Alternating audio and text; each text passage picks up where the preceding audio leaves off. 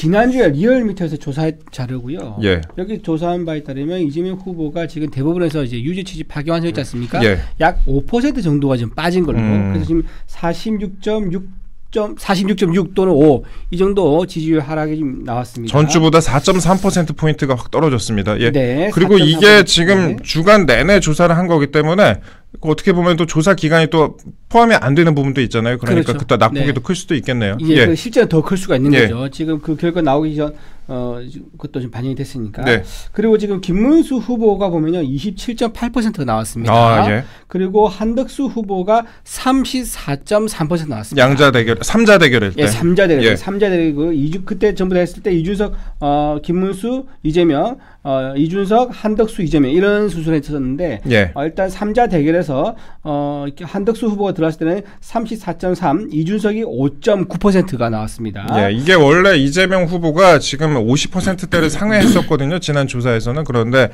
대법원의 공직선거법 위반 혐의 이거 이제 유죄 취지 파기환송 선고에 따라서 하락했다라고 지금 여론조사 기관에서도 그렇게 보고 있습니다. 그리고 실제로 지금 리얼미터가 어떻게 보면 정치권에서는 약간 이제 뭐 야권 성향에 가깝다라는 그렇죠. 그런 평가를 네네. 받고 있잖아요. 조사 네. 결과 자체가. 네. 그렇기 때문에 그 부분도 좀 반영을 하면 어떨까 이게 싶습니다. 근데 예. 정확히 4자 대결은 아니에요. 4자 네. 대결이 아니라 3자 대결이라서 약간 예. 이제 그 감안해서 봐야 되는데 어쨌든 이제 이재명 후보는 변화가 거의 없습니다. 46.6, 46.5 이렇게 나눠지는데 네. 변화가 없는 거죠 사실상. 네. 근데 이제 김문수 후보냐 한덕수 후보냐 할 때 차이가 납니다. 한덕수 후보 가면 34.3, 예. 김문수 후보는 47.8인데 거의 한 8% 가까이 차이가 납니다. 예. 여기서 이준석 후보가 좀 왔다 갔다 해요. 한덕수 후보가 있는 3자 대결에서는 이준석 후보가 김문수 후보랑 했을 때 3자 대결보다는 한 1.6%포인트 한덕수 쪽으로 이동하는 네. 그런 경향이 나타난 걸로 보입니다. 그렇게 볼 수가 네, 있겠네요. 그러니까 한덕수 일단. 후보가 약간 중도를 어쨌든 흡수한다. 네. 이렇게 좀 볼 수가 있는 거죠. 수치상으로 보면. 지금 민주당에서 그런데 그 네. 여론조사에 적극적으로 대응하라고 이런 식으로 지침이 내려온 것 맞습니다. 같아요. 예. 민주당에서 박찬대 이제 예. 권한대행의 원내대표가 4일날 당원들 전체로 문자를 보냈다고 하더라고요. 예. 문자 내용이 비상한 시기다. 남은 한 달 비장한 각오로 전력 투과하면서 우선 모든 여론조사에 적극 응답해달라고 했다는 거예요. 네. 그래서 지금 어떻게 보면 이런 문자를 받고 응답한 민주당 어떤 당원들은요. 지금 사실상 한 4.3% 정도 하락했다 그러는데 네. 실제로는 더 하락할 수도 있지만 이런 원내대표 어떤 문자 알림 때문에 적극적으로 응답을 하다 보니까 이게 생각보다 많이 안 떨어질 수도 있겠다. 예, 예. 실제로는 더 떨어진 것이 반영 안 될 수도 있겠다. 이걸 좀 감안해서 봐야 될 것 같습니다. 예, 일단 이 리얼미터 조사 결과는 지난달 30일부터 2일까지 있었다고 합니다. 그런데 이제 선고 자체가 1일 오후에 있었기 때문에 한 절반 이상은 아마 보통 이제 그 마지막 날에는 조사를 그렇게 많이 반영하진 않잖아요. 그렇죠. 보통 표본값이 그렇게 반영을 하니까, 그러니까 이게 이 부분이 이제 이재명 후보가 어떻게 보면은 그 유죄 취지의 선고를 받기 전까지 데이터를 포함해서 놨으니까 그 낙폭은 더 클 수도 있겠다 이렇게 볼 수 있을 것 같습니다. 네. 그래서 아마 박찬대 원내대표가 문자를 돌린 이유가 네. 지금 이미 그 선고를 하기 이전에 여론조사도 5%가 하락했는데 네. 만약에 선고 이후에 더 하락할 거니까 네. 지금부터 5월 11일 네. 대선 후보 등록 기준입니다. 예. 등록 기준에 만약에 하락이 더 하락하게 된다면 이거 기세 싸움이거든요. 네, 예. 기세에서 완전히 밀리기 때문에 이렇게 문자까지 보낸 것이라 보여지고요. 네. 그 문자를 보낸 시기가 그거인 거죠. 지금은 그 한동안 대법원 선고 나오고 나서 민주당 후보 교체를 해야 된다는 목소리가 그렇죠. 솔선수범 나오기 시작했으니까 그러한 와중에 이재명의 지지율이 떨어지면 정말로 당원들 사이에서 교체해야 되는 거 아니야? 라는 매기가 나올까봐 지금 좀 더 단단히 가자고 문자를 독려하는 것 같습니다. 예, 저희가 말씀하세요. 여기 또 재밌는 이제 여론조사 내용이 또 있는데요. 이게 후보 단일화 적합도 조사가 네, 있습니다. 이제 김문수 후보와 한덕수 후보 차기 대선 보수 진영 단일 후보 적합도 조사가 있는데요. 여기서 네. 한덕수 후보가 30.0% 그리고 김문수 후보가 21.9%거든요. 예. 그러니까 8.1% 포인트 차이가 났다. 특히 국민의힘 지지층 및 무당층 내에서는 한덕수 총리가 49.7% 거의 50%죠. 아하. 10%를 기록해가지고 국민의힘 지지층 내에서 김문수 장관은 24.2% 정도. 예. 그러니까 한덕수 후보가 국민의힘 및 무당층에서 김문수 후보보다 2배 정도 가까운 적합도 지지율을 보이고 있다. 예. 이렇게 말씀드릴 수 있고요. 하나 더 말씀드리면 리얼미터 관계자 말입니다. 네, 예. 한덕수 후보의 중도 확장성이 김문수 후보보다 높다는 평가 때문에 이런 결과가 나왔다. 이렇게 보는 거고요. 그다음에 지지 후보 없음이 40.2%, 잘 모른다가 8%, 예. 유보적인 응답이 되게 많거든요. 여전히 높은 이 상황이기 때문에 향후 단일화가 이 지지 후보 없음과 무당층과 중도층을 얼마나 흡수할지 이게 이제 관전 포인트가 될 것이다. 중요한 변수로 작용할 것이다. 이렇게 볼 수 있습니다. 저희가 단일화 관련된 내용 오늘 뭐 상세히 다뤄볼 부분이 상당히 많기 때문에 이 정도 저희가 일단 여론조사에 대해서는 짧게 좀 말씀을 드렸습니다. 잠시 후에도 다시 한번 말씀드리겠습니다. 일단 간단히 요약을 하자면은 이재명 후보가 대법원의 선고 이후에 지지율 낙폭이 상당 부분 좀 있었다. 예, 그렇게 요약을 할 수 있을 것 같습니다. 예, 그 정도 저희가 짧게 좀 말씀을 드렸습니다. 그럼 그렇고요. 그제 오후에 국민의힘 대선 후보로 김문수 후보가 이제 선출이 됐습니다. 제가 그때 뭐 YTN 보고 있었는데 아니 눈에 익은 사람이다 고 계속 열심히 설명을 하시더라고요. 예, 맞습니다. 예. 근데 YTN 라이브 나가가지고 네. 경선 발표될 때까지 이제 방송을 계속 했었는데요. 근데 경선 발표되고 나니까 갑자기 또 패널을 바꾸더라고요. 네. 예, 그래서 저는 경선 발표된 이후에 할 말 참 많았는데 못하고 내려왔습니다. 오늘 여기서 좀 풀겠습니다.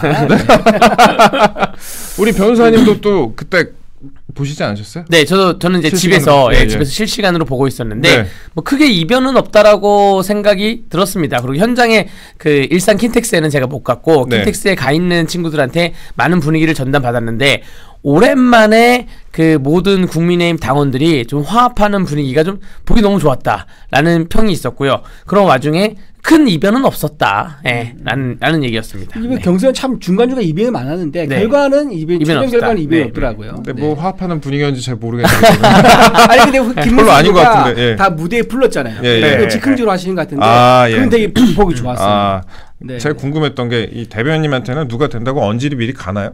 아니요, 대변인. 전혀. 아니 저도 네. YTN 방송할 때 그 마이크가 이제 잠깐 이제 꺼질 때 있지 않습니까? 네. 현장 연결할 때 그때 저한테 계속 물어보는 거예요. 네. 대변인 누구예요? 혹시 대변인 알지 않아요? 물어보더라고요. 근데 저도 끝까지 몰랐습니다. 그러니까, 예, 근데 결과 이변은 없었지만 뭐 그 수치를 자세히 보자면 일반 국민 여론조사에서도 한동훈 후보보다 김문수 후보자가 이겼다. 김문수 지금 후보자죠. 이겼다라는 것이 거기에 대해서는 많은 사람들이 오 그래?라는 약간 반응이 좀 있었습니다. 최근에 일부 여론조사에서 어떻게 보면은 한동훈 후보가 약간 상승세였고 김문수 네. 후보가 약간 하락세였는데 뭐 두 사람 간에 약간 순위가 바뀌는 그런 조사도 있었단 말이에요. 네. 그런데 이번에 이제 실제 결과에서는 당원 투표와 여론조사 모두 앞섰습니다. 김문수 후보가 앞섰고 그래서 56.53%를 기록을 했습니다. 어제 첫 선대위 회의가 열렸습니다. 선대위 열렸는데 그 대변인은 여기 가셨어요 혹시? 아니 저는 안 저는 갔어요? 방송 때문에 못 방송 때문에 안 갔는데. 갔어요? 아유. 근데 이게 이제 당에서는 공식 입장은 첫 선대위 회의는 아니고 상견례 상견례. 이렇게 봐달라 그러더라고요. 예, 첫 상견례 상견례가 있었고요. 이 자리에 이제 안철수, 나경원, 양향자 후보 등이 참석을 했는데 한 분이 안 나왔어요. 이제 한동훈 후보가 안 나왔었고요. 그리고 또 한 분 안 나온 분은 이분이 이제 홍준표 후보인데 이분은 이제 탈당을 했지 않습니까? 탈당하면 정계 은퇴를 선언했기 때문에 그분은 그럴 수 있다고 치는데 됐다. 한동훈 후보가 안 나온 것에 좀 여러 가지 해석이 나오고 있습니다. 본인이 2등으로 어쨌든 탈락했지만 어쨌든 탄핵과 찬성, 반대, 상징적 인물이 올라왔지 않습니까? 그래서 맨 마지막까지 겨루는 모습 보여서 한 그릇에 담아서 포용하는 이런 이제 참 모양새로 가서 보기 좋았다는 말이 있었는데 결과가 나오고 나서 첫 상견례 자리에 한동훈 후보가 안 나온 것이 이제 대선 이제 본격적으로 시작되는데 여기서 뭔가 좀 적극적으로 참여 안 하는 거 아닌가 하는 그런 우려를 조금 주는 분 있었습니다. 뭐 생각할 시간을 달라. 뭐 그렇게 얘기했다 그러는데 이걸 거꾸로 생각을 좀 해보면요. 만약에 한동훈 후보가 경선에서 이겼잖아요. 그러면 김문수 후보는 그 다음날 바로 회의에 참석하고 그리고 나는 어떤 자리라도 나는 마다하지 않고 받겠다라고 했을 거예요. 김문수 후보는. 근데 그러면서 한동훈 후보가 여기서 어떤 행보도 안 하고 전화도 연락도 잘 안 받는다 그러더라고요. 그런 부분 또 SNS에서 축하한다 이런 메시지도 잘 없는 걸로 봐서는 뭔가 혹시 좀 안 좋은 기류가 아닌가 하는 좀 우려를 낳고 있는 상황입니다. 왜냐면 지금 모든 나경원, 안철수 이런 후보자님들이 홍준표 후보자도 그렇고 모든 선거에서 져봤던 적이 있던 사람들이에요. 이기기도 하고 지기도 하고. 그래서 본인이 선거에서 졌을 때의 다음 플랜을 머릿속으로 작게나마 구상을 합니다. 당선자를 도와야지. 이런 기본적인 마음은 갖고 가는데 한동훈 전 장관, 한동훈 전 당대표께서는 선거에 져본 적이 없는 거예요, 지금. 총선. 네? 총선에서 크게 본인 선거예요. 본인 선거에. 자기가 나온 선거에. 총선에서 졌다고 생각을 안 하시잖아요. 그러니까 총선에서 졌다고 인정을 해야 되는데 아니 뭐 약간 그 정도면 뭐 선방했다라고 생각하시는지 총선에 진 거에 대해서 총선 참패에 대해서 사과를 하던가 뭐 이런 건 전혀 없었기 때문에 뭔가 패배한 것이 처음이지 않을까. 그래서 충격이 크지 않았을까 생각이 듭니다. 아직 그 충격에서 가시지 않은 것이죠. 네. 예. 어쨌든 이제 당 대변인으로 나오셨으니까 네. 어떻게든 또 그 지지층도 포섭해서 가야 되는 게 또 선거의 목적 아니겠습니까? 당연하죠. 어쨌든 같은 당이니까요. 예, 저희가 짧게 좀 이렇게 말씀을 드렸는데 그 친한계 윤희석 전 대변인 있잖아요. 이분이 이제 MBC 라디오 나왔고 이런 얘기를 하더라고요. 한동훈 축출 작업이 있을 것이다. 당 게시판 문제로 윤리위 열어서 쫓아내겠다. 뭐 이런 얘기가 돈다라고 하는데 실제 그래요? 아유, 전혀 이런 거에 대해서 논의된 바도 없고요. 이런 예. 거에 대해서 뭐 어떤 안건이 올라오거나 누가 이걸 뭐 독촉하는 공문을 보내가지고 빨리 이걸 처리해달라고 하거나 이런 건 전혀 없었습니다. 없었고 근데 이런 얘기를 하는 게 좀 의아합니다. 그러니까 피해자처럼 보이려고 미리 김빼기를 하는 게 아닌가라는 좀 생각도 좀 들기도 하고요. 지금 단합을 해야 되는 이 상황에서 누가 후보가 돼도 최선 다해 뭉쳐야 되지 않겠습니까? 근데 한동훈 후보가 이제 본인이 만약에 최종 후보가 됐으면 당 전체가 나서서 도왔을 것인데 김문수 후보가 이제 됐는데 한동훈 후보 본인뿐만 아니라 또 측근들도 이렇게 뭔가 나서서 도와주기보다는 자기들의 어떤 그 뭐랄까 뭐 당원 게시판이라든가 이거 과거에 있었던 자기들의 어떤 약점 이런 걸 먼저 얘기를 하면서 피해자 어떤 상황인 것처럼 얘기하는 거는 어떤 정치적 계산이 있는 건 잘 이해가 되지 않는 상황입니다. 일단은 당원 게시판 문제는 윤리위에서 작년 12월에 종결을 했다는 것을 우리 매일신문 최은문 기자님이 단독으로 보도를 그렇죠. 했어요. 예. 그래서 이미 종결된 문제입니다. 이게 1사부제의 원칙이 있기 때문에 이걸 가지고 다시 윤리를 열어서 뭐 하겠다는 거는 지금 상태에서는 거의 불가능하다고 보여지고요. 근데 아쉬운 게 그런 거죠. 한동훈 후보자께서 뭐 일단은 선대위 뭐 상견례 자리에 안 나타난 거는 후보자가 상처받았으니까 그렇다 치고 그 주변에 정치를 오랫동안 하신 분들이 있잖아요. 네. 그분들이 좀 설득을 해주셔야 되는데 그 변호인 중에 이제 박상수 변호사님이 한동훈계로 이제 분류되는 변호사님인데 그분이 본인 페이스북에 결과가 나오고 나서 2022년 22대 대선으로 갑시다. 이런 식으로 글을 올렸어요. 본인 페이스북에다가. 22대면 요거 다음 거네요. 이 다음으로. 그러니까 지금 일단은 지금 대선이 굉장히 중요한 시기고 그다음 지방선거 있고 그다음 총선 있고 그런데 이 결과가 나오자마자 22대 대선으로 갑시다. 글을 올린 것이 그러면 이번 대선에서는 국민의힘의 승리를 집중 안 한다는 것인가 좀 오해가 할 수가 있기 때문에 한동훈 후보자님께서도 이렇게 자중질환이 없게 주변 분들에 대해서 좀 다독여줬으면 좋겠습니다. 예. 어쨌든 당에서 한동훈 후보자에 대해서 절대 뭐라 그러지? 이제는 뭐 공격을 하던가 이런 거는 절대 없고 단합하고 포용하고 힘을 합쳐야 될 때입니다. 네. 예. 뭐 앞으로도 지켜보죠. 어떻게 나올지. 그리고 어쨌든 간에 이제 40%가 넘는 득표율을 한 후보도 이제 기록을 했습니다. 이게 물론 이제 한동훈 후보 한 사람에 대한 지지도 있겠지만 안철수 후보 표도 있을 것이고요. 그리고 또 이제 김문수 후보를 지지하지 않는 그런 분들의 표도 있을 테니까 이 표를 또 포섭하는 게 여당 차원에서 중요할 것 같습니다. 그리고 한덕수 전 총리의 경우에는요. 한동훈 후보에게 그동안 고생하셨다 이렇게 메시지를 보냈다고 합니다. 김문수 후보도 또 10분간 전화 통화를 했다. 그렇게 좀 보도가 나왔어서 짧게 좀 말씀을 드렸고요. 한덕수 전 총리, 한덕수 후보라고 저희가 얘기를 할게요. 무소속 후보라고 얘기를 할게요. 한덕수 후보가 본격적으로 이제 활동에 나섰습니다. 이게 공교롭게도 이재명 후보 대법원 판결 딱 1시간 후에 출마 선언을 했습니다. 이게 참 일정이 타이트했어요. 그날 5월 3일에 오후 4시에 출마 선언을 했는데 국회에 상당히 많은 사람들이 모였습니다. 그래서 관심을 좀 나타내기도 했는데 5월 3일이 아니네. 5월 1일이네요. 예. 그쵸, 5일 예, 많은 관심을 나타내기도 했는데 이거 좀 어떻게 보셨어요? 이 여러 가지 얘기가 있더라고요. 그러니까 대법원의 선고가 이제 3시에 나고 그 한덕수 권한대행의 아니 한덕수 권한대행이 출마 전이 4시에 나니까 1시간 차이 나는 게 뭔가 사전에 뭐 계획이 있던 거 아니냐 하는데 전혀 그럴 수 없는 거죠. 이제 대법원에서 이제 판단하는 기일은 이제 그 전에 잡았던 거고 한덕수 권한대행 입장에서는 본인이 지금 우리 국민의힘 경선을 앞두고 있기 때문에 최대한 그 시간을 반영해서 조정을 하다 보니까는 또 언론사의 기사 마감 시간도 있을 거고요. 최소한 5시에 마감해야 되는데 그 전에 1시간 정도 여유를 두고 그렇죠. 보통 이제 기자식은 잘 아시잖아요. 그렇게 하는 건데 그러다 보니까 이제 시간이 그렇게 우연찮게 1시간 정도 앞뒤로 된다 이렇게 말씀을 좀 드리고요.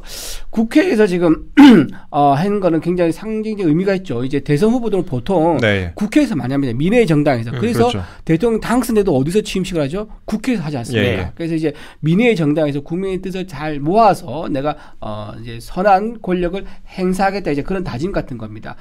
상당히 많은 이제 사람들이 모였고 언론도 많이 모였다. 5월 2일이었네요. 생각해보니까 제가 하도 많아갖고 헷갈리네요. 정확히 말하면 사태는 5월 1일. 사태는 5월 1일 그리고 출마 선언은 5월 2일 국회 소통관 뭐 이렇게 돼 있습니다. 그렇죠. 국회에 굉장히 많은 사람들이 모였었는데 일단 뭐 공식 SNS도 개설을 하고 TV에도 출연을 했습니다.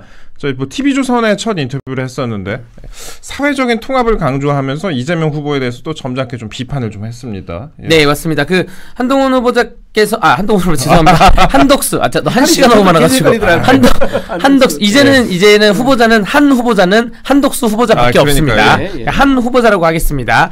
한 후보자께서 그 4월 30일 날 사퇴 의사를 밝혔고 그리고 5월 1일 날 사표가 수리되면서 관저에 나오는 모습이 영상에 오후 4시쯤에 반영이 많이 됐는데 오후 3시에 그 선고가 있고 1시간 남짓이셔서 사실 많은 정치권 고관여자들은 아니 메시지를 낼 거면 차라리 시간을 좀 늦춰서 5시나 6시에 내서 텀을 주는 게 낫지 않겠냐라고 했는데 정말로 사퇴장에서는 사퇴에 대한 그 얘기만 했고 그 다음 공식 출마 선언을 5월 2일 날 국회에서 했기 때문에 충돌이 없었다 보여지고요. 출마 선언에 뭐 책임 있는 안정이나 국정 운영 경험을 바탕으로 혼란을 막겠다고 하면서 그러면서 이재명에 대한 이야기를 언급을 한 것이죠.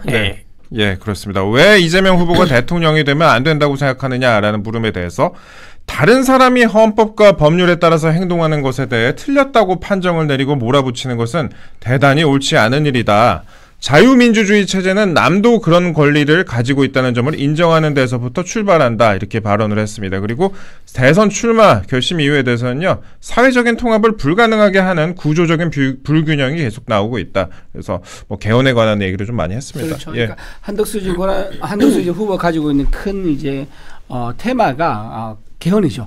본인이 3년 임기에 개헌하겠다면서 구체적인 또 개헌 플랜도 밝혔습니다. 1년 차에는 개헌안을 마련하는 걸로 이제 본인이 집중하겠다고 했고 2년 차에서는 개헌을 이제 국민투표에 붙여가지고 마련을 실제로 하는 거죠. 그리고 3년 차에는 제8공학 상태에서 최초로 총선과 대선을 같이 치르는 그런 대선을 하겠다. 그러면서 본인이 바로 물러나겠다. 3년만 임기를 이제 하겠다는 겁니다. 그래서 이게 지금 이재명 후보한테 굉장히 듣기 싫은 소리일 거예요. 이재명 후보는 지금 5년 임기를 꽉 채워서 대통령 한번 하고 싶은데 한덕수 후보가 난 3년만 하겠다. 그리고 개헌에서 8공학을 출범시키겠다고 하니까 이거 이슈를 뛰어넘는 어떤 이슈를 만들기가 쉽지 않고 또 이렇게 개헌을 얘기하고 있는데 본인이 무대응할 수가 없을 거예요. 그렇죠. 개헌에 대한 국민적 요구가 크고 DJ 이후로 모든 정권이 다 개헌을 얘기해왔단 말이에요. 그래서 지금 이 상황이 개헌할 수 있는 거의 사실상 유일한 기회고 앞으로도 이런 기회가 오지 않을 것 같은 상황입니다. 개헌이 왜 자꾸 논의만 하고 안 됐었냐면 정권 초반에는 현역 대통령이 본인의 국정 운영권을 쥐고 싶기 때문에 개헌 논의하고 싶지 않은 거고 정권 말기가 되면 그 다음 유력한 대권주자가 자기가 임기 5년을 다 채우고 싶으니까 또 얘기하고 싶지 않은 거야. 그러니까 이런 상황이 반복되는 걸 끊을 수 있는 최고의 기회가 지금이다. 이렇게 말씀드립니다. 사실 그 국민의힘 후보자들 한 8명과 민주당 후보자들 한 3명에 대해서 각자의 메시지나 출마 선언을 읽어보면 만약에 이름을 지우고 당을 지우고 읽어보잖아요. 누구께 누구 건지 특색이 없는 경우가 많습니다. 다들 좋은 얘기 다 썼어요. 뭐 지방소멸, 뭐 미래산업, 혹은 저출산 문제 좋은 얘기를 많이 썼는데 그런데 색깔이 없었는데 이 한덕수 후보자의 출마 선언을 읽어보니까 보통 다른 후보자들은 뭐 새로움, 뭐 개혁, 시대교체, 세대 교체를 얘기하는데 한덕수 후보자는 그 안정을 얘기했어요. 안정. 예. 그 뭔가 우리가 뭐 개혁을 통해 가지고 국가를 발전시키는 그런 혼란으로 가는 것보다 일단은 안정인데 그 안정의 방법으로 개헌을 해야 되고 그리고 정말 특색 있는 색깔이 임기를 나는 3년인데 3년도 못 채울 거예요. 2년 한 몇 개월 정도 하고 그리고 대통령에서 내려가겠다. 근데 여기에 대해서 다른 후보자들이 지금 한덕수 후보자는 엄연히 지금 무소속 후보자이니까 다른 정당에 있는 후보자들이 가타 부타 아무런 얘기를 못 하고 있어요. 그러니까 여기에 대해서 그 화답이 와야 되는데 아마 한덕수 후보자가 이걸 공개적으로 한덕수 후보자 캠프에서는 다른 후보자들에게 너희들은 어떻게 생각하냐? 나의 임기 단축안에 대해서 라고 질문하는 그러한 시간이 있을 것이고 다른 후보자들은 여기에 대해서 준비를 해야 될 것입니다. 근데 이 질문을 했을 경우 답을 제대로 할 수 있을까? 저는 네. 김문수 후보 정도만 할 수 있을 거라 본다. 그러니까 단일화 협상을 할 때만 이게 나올 것 같아요. 네. 그러면서 이제 좀 우리 국민의힘 쪽 내에서만 3년 임기 단축의 개헌에 대한 논의가 있는 거고 상대는 아예 없을 거다라고 좀 전망하고요. 또 하나 지금 김문수 후보가 가지고 있는 거는 반명 빅텐트거든요. 그러니까 네. 반명이라는 테마와 개헌이라는 테마를 무슨 이제 짜장이 좋아 짬뽕이 좋아 이게 고민스러우면 짬짜면 시키지 않습니까? 그런 것처럼 우리가 한 그릇에 담을 수 네. 있는 아주 좋은 이제 팀을 만들 수 있는 후보는 역시 범보수 후보밖에 없다 그렇게 봅니다. 아 오늘 열심히 하시네. 짬짜. 네. 따라 보고 있니? 어린 날에 이렇게 하고 있다. 아빠 열심히 하고 있다. 예. 저희가 좀 재밌게 이렇게 얘기 좀 하고 있는데 일단 지금 김문수 후보에게 축하 전화를 했고 그다음에 일각에서 이제 김문수 후보와 이런 얘기가 있어요. 그러니까 한덕수 후보와 김문수 후보가 시너지가 그렇게 많이 있을까 하는 그런 의문의 시선도 좀 있는 것 같습니다. 그러니까 외연 확장을 위해서 정치인들 많은 정치인들의 좀 접촉을 하는 그런 상황입니다. 한덕수 후보도 그렇고요. 지금 어떻게 보면 지지층이 상당 부분 좀 겹치다 보니까 좀 외연 확장에 넓히고 있는 그런 모양새인데 오늘 일단 한덕수 후보 같은 경우에는 손학규 전 바른미래당 대표도 또 만난다고 합니다. 그리고 그제였죠. 그제는 헌정에도 찾아갔었고 네. 그런 좀 일정을 좀 보이고 있었는데 사실 반명이라는 그런 기치 하나만으로는 그러니까 어떻게 보면은 일각에서 중도층이라고 말하는 그 스윙 보터들의 설득하기가 그렇게 또 쉽지 않은 부분이 좀 있습니다. 그렇기 때문에 외연을 좀 최대한 확장할 필요가 있겠다. 그래서 아까 개헌도 같이 좀 말씀을 하셨고요. 이렇게 저희가 간단히 좀 짚어봤습니다. 그리고 오늘 이제 한덕수, 김문수 두 주자가 조계사에서 만난다고 합니다. 오늘 10시에 오늘 10시에 만나요? 오늘 10시에 이제 그 조계사에서 오늘 부처님 오신 날이잖아요. 그러니까 이제 만난다고 하는데 이것도 보도가 많이 나오지 싶습니다. 솔직히 이제 오늘 같은 날에 저는 그렇게 생각합니다. 기사가 될 만한 이벤트 를 많이 마련을 해야 되는데 그냥 만났다고만 기사가 나오면 이거는 말짱황이거든요. 네. 네. 만나서 정말로 굉장히 화합하는 메시지가 나오던가 네. 혹은 아니면 지금 이 시기에서는 다소 티격태격하는 메시지도 저는 나쁘지 않다고 봅니다. 결국은 극적으로 화합을 하고 하는 것이고 지금 전략적으로 이재명의 지지율을 떨어뜨리기 위해서는 결국 관심사를 보수 우파 쪽으로 채널을 돌려야 되는데 그러려면 마냥 그냥 좋게 가는 것보다 그럴 줄 알았다 이거보다 그 작은 메시지에서는 약간 티격태격하는 모습도 보이는 것도 나쁘지 않다고 보여지고요. 오늘 아마 만나면서 첫 사진이 나올 것이고 두 분이 인사하면서 물론 두 분이서 국무회의에서 많이 만났겠지만 두 분이 인사하면서 첫 인사를 어떻게 주고받을지에 대해서는 좀 주목해볼 만한 좀 포인트입니다. 네. 오늘 이제 만남 이후에 각자 기자회견이 있다 그러더라고요. 그래요? 네. 그래서 원래는 그 일정이 없었다 그러는데 기자단에서 요청을 해가지고요. 각각 기자회견을 짧게 아마 할 것 같아요. 현장에서요? 네, 현장에서 한다고 그러더라고요. 네, 그래서 제가 왜 그 대변인이다 보니까 그 단톡방에서 대변인들한테 기자들 많이 물어보거든요. 네. 거기서 답변해 보니까 원래 없던 일정이지만 기자들과 짧게 브리핑하고 질문 받는 그런 시간을 마련했다고 하니까 거기서 나온 질문이 이제 오늘 처음 만났는데 단일화에 어떤 느낌 어떻겠느냐 뭐 이런 것도 물어볼 수 있겠죠. 그리고 단일화에 대해서 구체적인 일정이 뭐 있느냐. 지금 국민의힘에서 공식적으로 단일화 팀을 만들었죠. 단일화 협상팀을 만들었습니다. 그래서 한덕수 후보 쪽도 그걸 만들었느냐. 이제 약간 아직 그 정확한 보도는 안 나왔습니다. 근데 송영택 전 국무총리 비서실장이죠. 그렇죠. 이분이 일찍 나간 걸 보면 아마도 단일화 팀을 꾸리기 위해서 나가는 게 아니겠나라는 생각이 좀 듭니다. 그래서 단일화 일정도 크게 상세하기는 아니지만 어느 정도 방향이라든가 적어도 5월 10일 이전까지는 우리가 단일화 해야 되지 않겠느냐. 이런 정도 메시지는 후보자 본인 직접 확인해주는 메시지 그 정도는 나올 수 있지 않을까라는 생각이 들고요. 대변인 보시기에는 11일 이전에 할 것 같아요? 그러니까 원래는 이제 나왔던 얘기가 5월 7일 전에는 단일화 하지 않겠느냐 얘기 나왔었는데 그게 지금 5월 11일까지 늘어난 상황입니다. 그래서 11일 이전까지는 단일화가 돼야 된다는 것이 여러 이제 다수들의 의견인데 저는 조금 좀 세모 비슷한 느낌이 좀 듭니다. 지금 이제 당내 김문수 이제 후보죠. 네. 후보의 자강파 쪽에서 특히 이번에 경선에서 이기면서 민심 여론조사와 당심에서 모두 다 이겼지 않습니까? 네. 그러다 보니까 자강파 내에서는 단일화에 대해서 우리가 적극적으로 나설 필요가 있느냐 이제 이런 약간 네. 다른 기류가 지금 감지되고 있는 그런. 안 그래도 그 얘기 있습니다. 저희가 한번 다뤄보려고 하는데 그 두 후보 간의 단일화 속도전에 약간의 난기류가 포착됐다 이런 보도가 네. 좀 나오고 있습니다. 저도 취재를 나름 해봐서 느끼는 건데 김문수 후보 측에서 약간 미온적인 반응을 보이는 것 아닌가. 그 자강파라고 아까 말씀하셨잖아요. 네네네. 뭐 김재원 전 의원 등을 비롯해서 약간 이름이 좀 거론이 됩니다. 캠프의 소수 인사들이 좀 그런 입장이 강하다라고 네. 얘기가 나와요. 그러니까 보도에 의하면 한 예. 총리 측은 한덕수 후보자 측은 국민의힘에 일임하겠다. 네. 빨리 진행하자라는 예. 것인데 그 김문수 후보님 측은 저 숨 좀 고르고 가자. 뭐 당장 바로 결정 나는데 지금 빨리 할 필요가 있냐라는 것인데 여기에 대한 포인트는 이 두 가지인데 네. 하나는 아까 말씀드렸다시피 그 전당대회 결과가 당원 투표뿐만 아니라 일반 국민 투표에서도 김문수 후보자가 승리를 했어요. 그렇기 때문에 단일화를 신속하게 진행할 명분이 없어진 겁니다. 예. 사실은 만약에 일반 후보자에서 한동훈 후보자에게 졌다 이러면 야 빨리 한독수를 끌어들여서 중도 확장을 해야 되는구나 라고 되는데 전략적으로 그럴 필요가 좀 없었던 게 하나가 있고요. 두 번째는 아까 이거는 인물론, 인사론인데 그 당헌 76조에 의하면 대선 후보자가 당무 우선권을 갖습니다. 네. 당무 우선권이라고 하면 뭐냐면 당직자들에 대해서 인사 조정을 하던가 그렇죠. 혹은 조직이나 혹은 전략에 대해서 다 그 당무에 대해서 우선권을 갖는 거예요. 네. 그래서 임명되신 분들의 생각이 만약에 전략적으로 지금 단일화를 신속하게 서두를 필요가 없다라고 하면 그렇게 갈 수밖에 없는 지금 구조이기 때문에 근데 그렇다 하더라도 일단은 결론은 일단은 단일화를 하는 걸로 정해놓고 가는 거는 맞는 것 같아요. 그래요? 예, 왜냐하면 많은 분들이 하는 말이 단일화를 한다고 해서 국민의힘 경선에서 8강이랑 4강에서 단일화를 한다고 해서 표를 줬는데 갑자기 단일화를 안 한다라고 하면 여기에 대해서는 문제가 있는 거 아니냐라고 지적을 하기 때문에 근데 문제가 이제 단일화에 대한 시기인 거죠. 시기가 길어지면 길어질수록 한덕수 후보자 측에서는 그러니까 버티기 힘들다 이런 말까지 나올 겁니다. 예. 돈과 관련된 문제도 있죠. 네, 사실. 금전적인 예. 문제가 사실 가장 큰 건데 네. 그동안 관료를 하다가 정치권에 들어오신 분들이 이 선거의 금전 때문에 깜짝깜짝 놀라세요. 그 옛날에 사례를 보면 반기문 전 유엔 예. 사무총장이 이제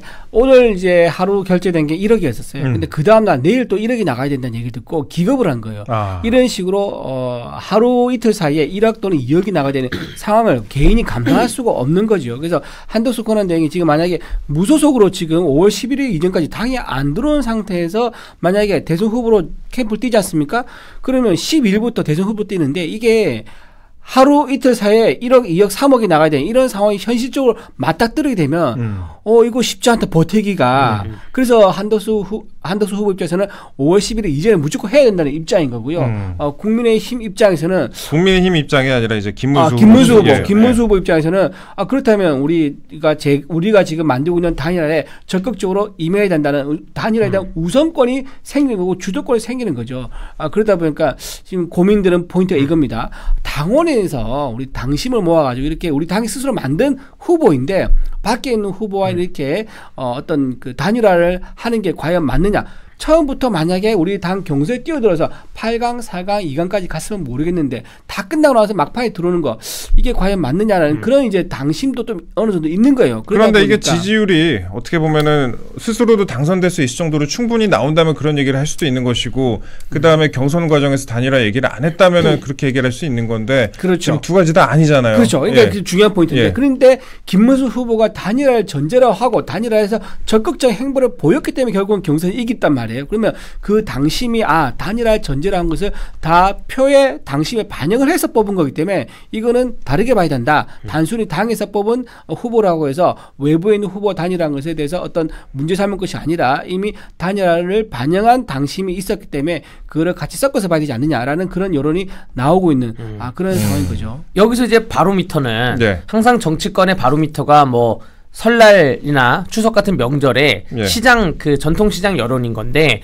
그게 이제 각 국회의원들이 혹은 당협위원장들이 시장을 돌면서 얘기를 듣는 건데 바로미터가 이제 오늘 그 불교 행사가 될 수가 있는 것이죠. 네. 혹은 어린이날 행사가 될 수가 있습니다. 특히 종교계 행사에 갔을 때는 많은 종교인들이나 그 뭐 성도 신도분들이 해당 지역 정치인들한테 의견을 주기 때문에 아마 각 지금 국회의원들이 각 지역에서 의견을 듣고 내일쯤에 이걸 취합을 해서 야 빨리 해야 된다 혹은 아니면 뭐 천천히 해도 된다 라는 것에 대해서 좀 종합적으로 단일화 기구에 단일화 추진 기구에 의견이 다 모아질 거라 보여집니다. 네. 예, 단일화 그쵸. 뭐 단일화 얘기가 많이 나왔으니까 단일화 저희가 조금만 더 얘기 나눠보도록 하겠습니다. 일단 지금 한덕수 후보 측에서는요, 중요한 건 시간이다. 단일화 협상 룰은 당에 일임한다는 방침이다. 이렇게 밝혔습니다. 이렇게 좀 밝혔고요. 아까 이제 인력이나 자금력 같은 문제도 좀 하셨고 그래서 그런 부분에 대한 상대적으로 이제 무소속인 지금 한덕수 후보가 상대적으로 인력이나 자금력에 한계가 있으니까 시간이 지날수록 한덕수 후보가 조금 버티기 어려워질 것이다라고 김문수 후보 측에서 판단한 건 아니냐 이런 네. 관측이 나온다고 하고요. 그리고 뭐 당장 후보 선출 직후에 김문수 캠프 내부 회의에서는요. 투표용지 인쇄가 시작되는 25일 이전까지만 단일화해도 된다 이런 이야기까지도 오갔다. 예. 그렇죠. 이게 사실 현실입니다. 이제 국민의힘에서 이제 경선을 통해서 뽑은 후보이기 때문에 단일화를 서두를 필요가 없다는 얘기가 나올 수 있죠. 아까 네. 말씀드린 대로 당심에 이제 단일화가 포함됐다 하더라도 어쨌든 당심과 민심을 통해서 최종적인 당내의 어떤 룰에 의해서 뽑은 후보이기 때문에 서두를 필요가 없다. 이건 이제 사실 밀고 당기고요. 밀고 당기고인데 이게 결정될 수 있는 유일한 변수는 딱 하나입니다. 이거의 모든 기준은 다 움직이게 되어 있습니다. 뭐냐? 바로 여론조사입니다. 만약 지금 이제 오늘 여론조사 하나 나왔잖아요. 지금 내일과 모레 그러니까 수요일날 되면은 아마 여론조사 결과 또한 새로 나올 건데 거기서 만약 한덕수 후보가 김문수 후보보다 압도적인 여론조사 나왔다. 이런 조사 또는 3강 또는 4강 조사까지 아까 리얼미터 조사는 3강 말고 4강이 없었거든요. 4강 조사까지 해가지고 무소속 한덕수랑 이렇게 해서 비교를 했을 경우에 어떻게 되느냐 했을 경우 한덕수 후보가 압도적이다라고 하면 10% 이상 포인트 차이 난다라고 하면은 그럼 굉장히 해볼만한 거죠. 그래서 단일화가 그렇게 25일까지 늦어지는 그런 상황까지는 조금 현실화가 좀 어렵지 않을까 생각합니다. 원래 그 정당에 속해 있는 후보자와 무소속 후보자가 단일화를 했던 사례 자체가 많이 없습니다. 그래서 경선 룰을 만들 때 과거에 이제 노무현 대통령 후보자와 정몽준 후보자가 단일화했을 때는 그냥 100% 여론조사를 했거든요. 그리고 뭐 다른 시장 선거 같은 거를 봐도 100% 여론조사를 했는데 그러면 일반적인 상식에 비춰봤을 때 아니 한덕수 후보자가 무소속이니까 100% 여론조사를 해야지 당원 투표를 집어넣으면 한덕수 후보자가 불리한 거 아니야? 라고 하는데 지금 오히려 상황이 약간 좀 계산한 게 애매해졌어요. 좀 이상하게 흘러간 말이에요. 그러니까 윤석열 대통령의 마음, 속칭 이제 윤심 당원들이 김문수냐 한덕수냐 뭐 갈라지기도 하면서 또 그 한동훈 측의 표심이 또 그래도 당이니까 김문수로 가냐 혹은 한덕수로 가냐 이게 계산이 전혀 안 되고 있는 그런 실정입니다. 그러니까 그 당원 경선 룰을 사실 정당 후보자가 편하게 하려면 당원 투표를 많이 집어넣던가 당원 선거인단을 많이 집어넣는 것인데 그거를 많이 집어넣는다 그래서 김문수 후보자에게 과연 유리할 것이냐 이게 애매해서 자 이거를 결정하기 위해서는 각 캠프에서 자체적으로 여론조사를 돌려볼 겁니다. 자체적으로 여론조사를 돌려서 비공개 여론조사를 돌려서 그걸 보고 전략을 짜야 되는데 그 여론조사를 돌리는 게 하루 이틀이 더 걸려요. 그렇기 때문에 아마 5월 7일은 넘어갈 것이고 5월 11일 전에는 할 수가 있는데 5월 11일 전에 원하는 여론조사가 나오지 않았다? 라고 하면 시간을 좀 늦출 거라고 좀 보여집니다.